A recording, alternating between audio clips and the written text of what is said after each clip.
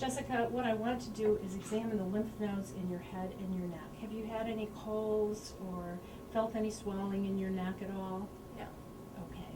What I'm going to do is turn you to face me so that so that we can see. I'll do it on both sides of your head and neck at the same time.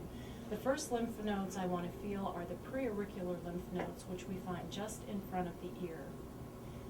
The postauricular lymph nodes are just behind the ear. The occipital lymph nodes are at the posterior base of the skull on either side.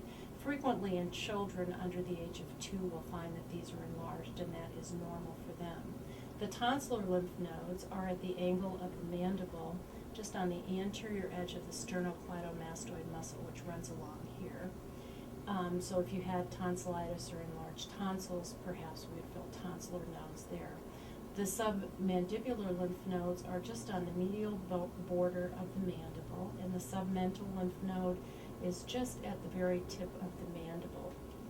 And then we move down, and those are the lymph nodes really in your head, and we move down into your neck.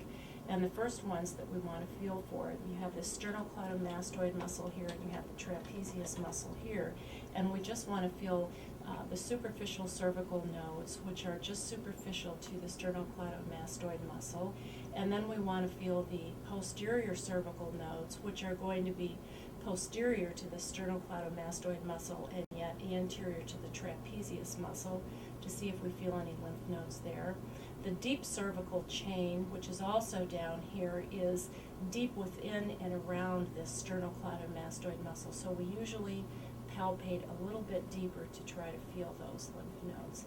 And the last lymph nodes to feel would be the supraclavicular nodes. That's good. You can see you've had this done before, and I just feel here it's between the clavicle and the sternocleidomastoid muscle. And that's it.